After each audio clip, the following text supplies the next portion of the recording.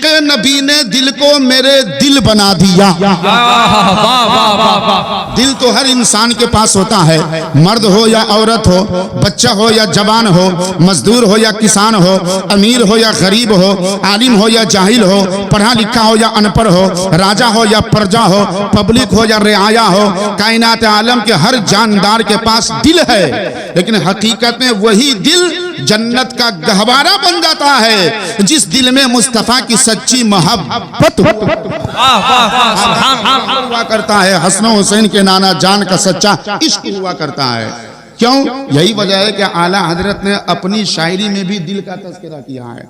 कहा चमक तुझसे पाते हैं सब पाने वाले, सबने चमक पाई है मुस्तफा से। क्या छोटा क्या बड़ा, क्या अमीर क्या गरीब, क्या आलिम क्या जाहिल, क्या पढ़ा लिखा क्या अनपढ़, क्या मजदूर क्या किसान, क्या दौलतमंद और क्या मुफलिस इंसान, अल्लाह के रसूल ने सब पे करम फरमाया है और अपनी चमक से सबके दिल को चमका दिया है, अपनी चमक से सबके जिगर को चमका दिया है, अपनी चमक से सबके कल्ब को चमका दिया है। इसलिए कि जब दिल चमकता है तो इंसान का वजूद चमक जाता है, जब दिल चमकता है इंसान की सोच चमक जाती है, जब दिल चमकता है इंसान की फिक्र चमक जाती है, जब दिल चमकता है इंसान के काम करने का तरीका चमक जाता है, जब दिल चमकता है इंसान की सुबह शाम चमक जाती है, जब दिल चमकता है इंसान का यहाँ भी इंसान का दीनो दुनिया दोनों चमक जाया करते हैं। जब दिल चमकता है इंसान का तसव्वुर चमक गया, इंसान का ख्याल चमक गया, इंसान का जहन चमक गया, इंसान की फिक्र चमक गई। इसलिए बरेली के इमाम ने इरशाद फरमाया था, चमक तुझसे पाते हैं सब पाने वाले,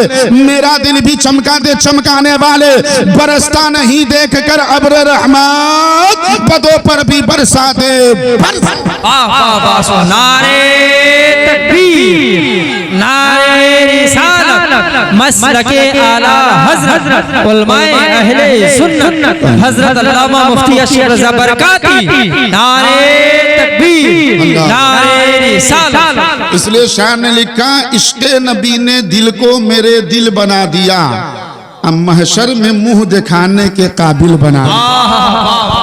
महशर में हकीकत में वही आदमी मुंह दिखाने के काबिल होगा जिसके सीने में मुस्तफ़ा का सच्चा इश्क होगा। वो मुंह नहीं दिखा सकता जिसके सीने में सरकार की बगावत होगी, जिसके सीने में सरकार की अदावत होगी, जिसने दुनिया में मुस्तफ़ा को अपने बड़े भाई जैसा कहा हो, जिसने दुनिया को में माज़अल्लाह मुस्तफ़ा जाने रहमत को गांव के प्रधान या चौधरी की तरह समझा हो, वो क़यामत के दिन नबी की बारगाह में अपना मुंह नहीं दिखा सकता, आका की बारगाह में नहीं जा सकता। आका की बारगाह में जब वो नहीं जाएगा तो पहुंचेगा सिद्दीक़ अकबर की बारगाह में, वो भी भगा देंगे, पहुंचेगा फारूक आजम की बारगाह में, वो भी भगा देंगे, वो लोग पहुंचेंगे उस्मान गनी की बारगाह में, वो भी भगा देंगे, पहुंचेंगे मौला अली की बारगाह में और वो भी कहेंगे तू कैसा नादान है, दुनिया में तूने अपने नबी को अपने बड़े भाई की तरह कहा था। तुम ही लोग हो जिन्होंने कहा था मुस्तफ़ा जाने रहमत को पीठ के पीछे की खबर नहीं है, तुम ही लोग हो जिन्होंने कहा था कि नबी तो बड़े भाई की तरह है, या गांव के मुखिया प्रधान और चौधरी की तरह है। इसलिए मौला अली शेर खुदा भी भगा देंगे, उमर फारूक भी भगा देंगे, उस्मान गनी भी भगा देंगे, हजरत गौसे पाक भी भगा देंगे, इमाम आजम भी भगा देंगे, इमाम शाफई भी भगा देंगे, इमाम मालिक बिन अनस भी भगा देंगे। जब ये बड़े बड़े फुक़हाए इज़ाम उलमाए किराम औलियाए अहले सुन्नत भगा देंगे, आखिर में जब ये लोग सरकार आला हजरत की बारगाह में पहुंचेंगे तो आला हजरत मैदान महशर में डंके की चोट पर कहेंगे, अरे तुझसे और जन्नत से क्या मतलब, वहां भी दूर हो, तुझसे और जन्नत से क्या मतलब, वहां भी दूर हो, हम रसूलुल्लाह के जन्नत रसूलुल्लाह। वाह वाह सुभान अल्लाह, सुभान अल्लाह, माशाअल्लाह, वाह सुभान अल्लाह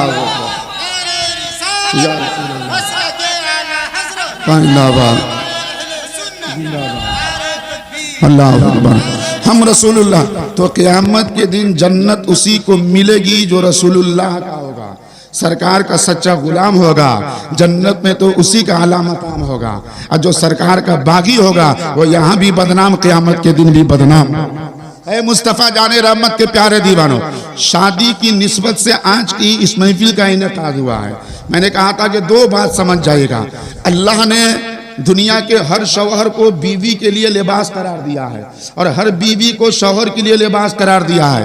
हालांकि लिबास तो उसको कहा जाता है जिसको पहना जाता है। किसी का के लिबास कुर्ता पैजामा टोपी है। ये देखिए मुकद्दस उलमाए किराम जो मिंबर नूर पे जलवा बार है, कुर्ता बदन पे है, पैजामा पाँव में है, सर पे टोपी है। उलमाए किराम का लिबास कुर्ता पैजामा टोपी है। आप में से किसी का लिबास कुर्ता लुंगी टोपी है। आप में से किसी का लिबास पैंट शर्ट है। आप में से किसी का लिबास कुर्ता और लुंगी है। आप में से किसी का लिबास शर्ट और लुंगी है। आप में से किसी का लिबास पैंट और टी शर्ट है। ऐ मुसलमानों, हर इंसान का लिबास अलग अलग हुआ करता है। पता क्या चला? चाहे कुर्ता पैजामा लिबास हो, चाहे कुर्ता लुंगी लिबास हो, चाहे पैंट शर्ट वाला लिबास हो, चाहे लुंगी कुर्ता वाला लिबास हो, हर लिबास को बदन में लगाया ही जाता है, हर लिबास को बदन में पहना ही जाता है। लेकिन कुरान पाक में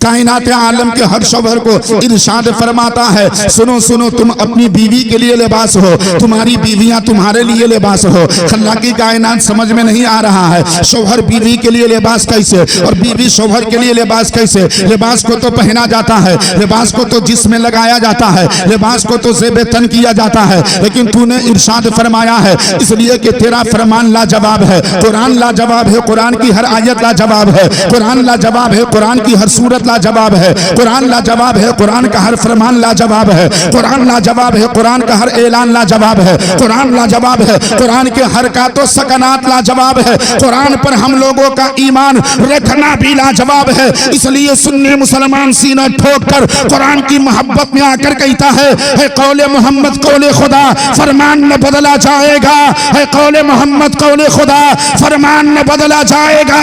अरे बदलेगा जमाना लाख मगर कुरान बदला जाए।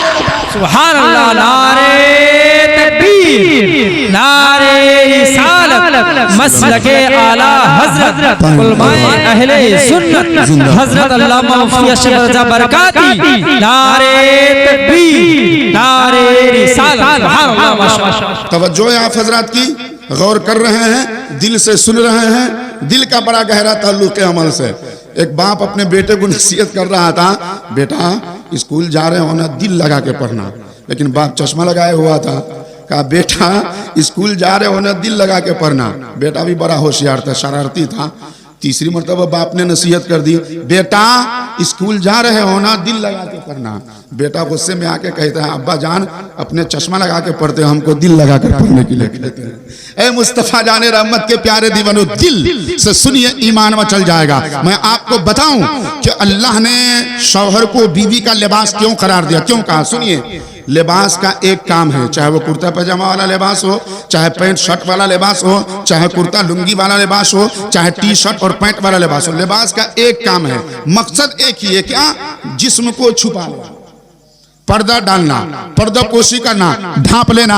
पता क्या चला? लिबास का काम है छुपाना, लिबास का काम है पर्दा डालना, लिबास का काम है पर्दा पोशी करना। हमारा और आपका जिस्म नंगा है, हमने आपने लिबास पहन लिया, हमारा जिस्म छुप गया, हमारा जिस्म ढप गया, हमारे जिस्म को लिबास ने ढांप दिया। पता क्या चला? लिबास का काम है ढांपना, लिबास का काम है छुपाना, लिबास का काम है पर्दा पोशी करना।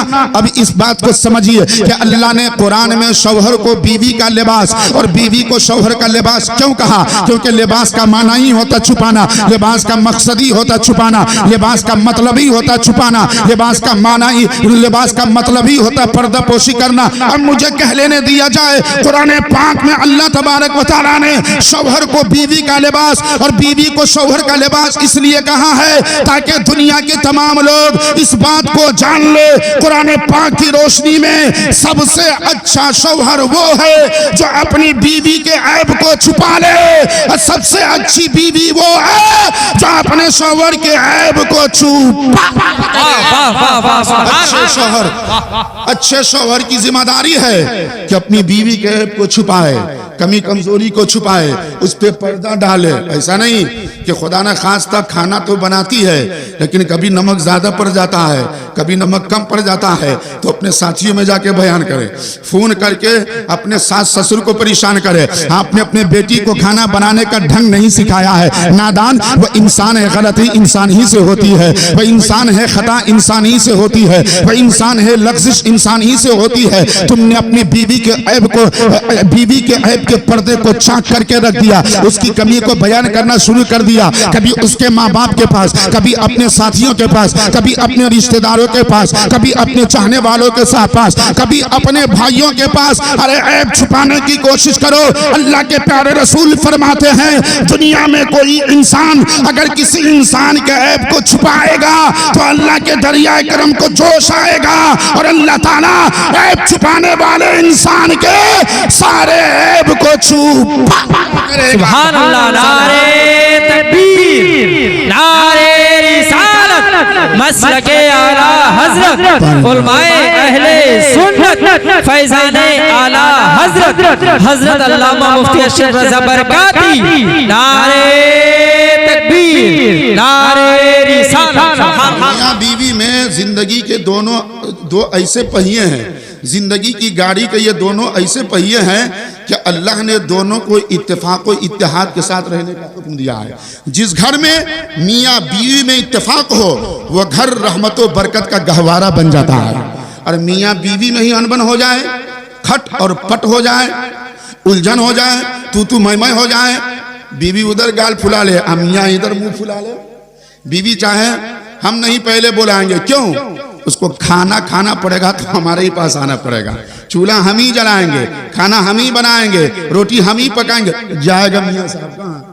और भी शौहर ये समझे हम नहीं पहले बुलाएंगे, क्यों? इसलिए कि जब उन्हें कपड़ों की जरूरत पड़ेगी तो लाकर हम ही देंगे, क्रीम की जरूरत पड़ेगी तो लाकर हम ही देंगे, बाजार से किसी चीज की जरूरत पड़ेगी तो ला करके हम ही देंगे। अरे सुनो मुसलमानों, ऐसे जहन को, ऐसी ज़हनीयत को निकाल कर फेंक दो, ऐसी फिक्र को जूतों की नोक की ठोकर से उड़ा दो और ऐसी सोच को अपने कदमों से रौंद दिया करो। ये मत देखो कि हम रूस गए, अब हम बीवी को ना बुलाएंगे, हम शौहर है, हमारा मकाम ऊंचा है, हमारा मर्तबा ऊंचा है, हमारी उस अजमत ऊंची है। अरे मुस्तफा की हदीस से ये बात साबित है कि जब दो मियाँ बीवी में आपस में टकराव हो जाए, आपस में अनबन हो जाए, आपस में तू मैं हो जाए और दोनों एक दूसरे से बात करना बंद कर दे, उन दोनों मियाँ बीवी में से जो पहले बात करना शुरू कर देगा, कल क़यामत के दिन अल्लाह ताला उसे बिना हिसाब के जन्नत अता फरमाएगा, बिना हिसाब के जन्नत अता फरमाएगा। इसलिए ये मत देखो कि हम शौहर है, हम कैसे बुलाए, ये मत देखो हम पावरफुल है, हमारा मकाम ऊंचा है, हमारा मर्तबा ऊंचा है, हमारी अजमत निराली है, हम कैसे बुलाएंगे। अगर यही हमारे सरकार सोचते तो अल्लाह की कसम दुनिया में आमना के लाल से ऊंचा मर्तबा तो किस।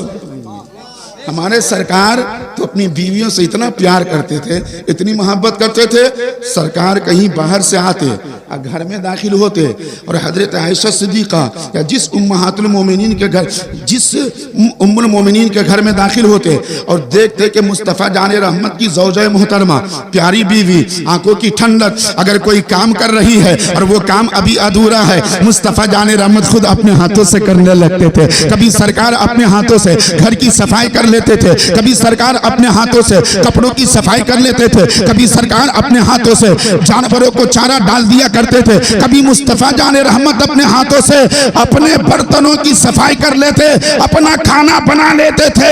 ऐ मुस्तफा जाने रहमत के प्यारे दीवानों, आज से 1400 बरस पहले हमारे नबी ने ये सारा काम करके दुनिया वालों को बता दिया।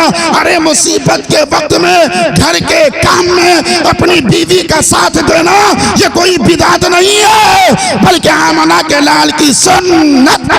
वाह वाह, सुभान अल्लाह, सुभान अल्लाह। नारे तकबीर, नारे रिसालत, मसलके आला हजरत, जश्न ईद मिलादुन नबी, उलमाए अहले सुन्नत। नारे तकबीर, नारे रिसालत। बदल गया है हमारा जहन, हमारी सोच, हमारी फिक्र। क्या करे, उच्चा कर भी आजकल का शौहर अपने घर में डर से झाड़ू नहीं लगाता है, डर से बर्तन की सफाई नहीं करता है, डर से कपड़ों की। क्या है, किस बात का डर?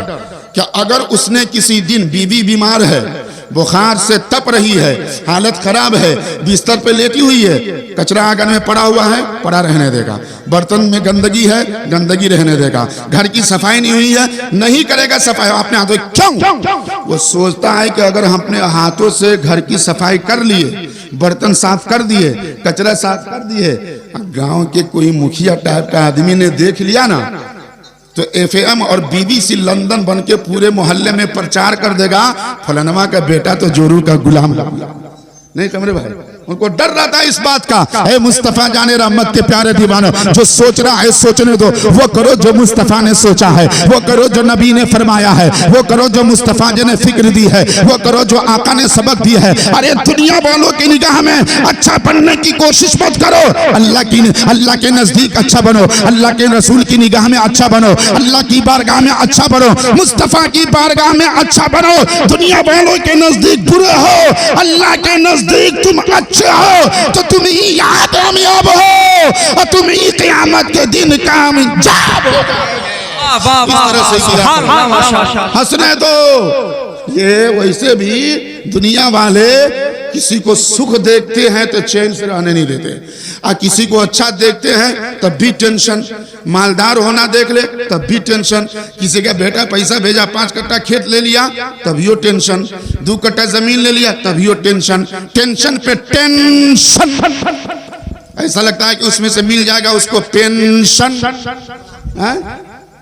कैसा दिमाग लोगों का। ऐ मुस्तफा जाने रहमत के प्यारे दीवान, वही करो जो मुस्तफा ने किया है। लेकिन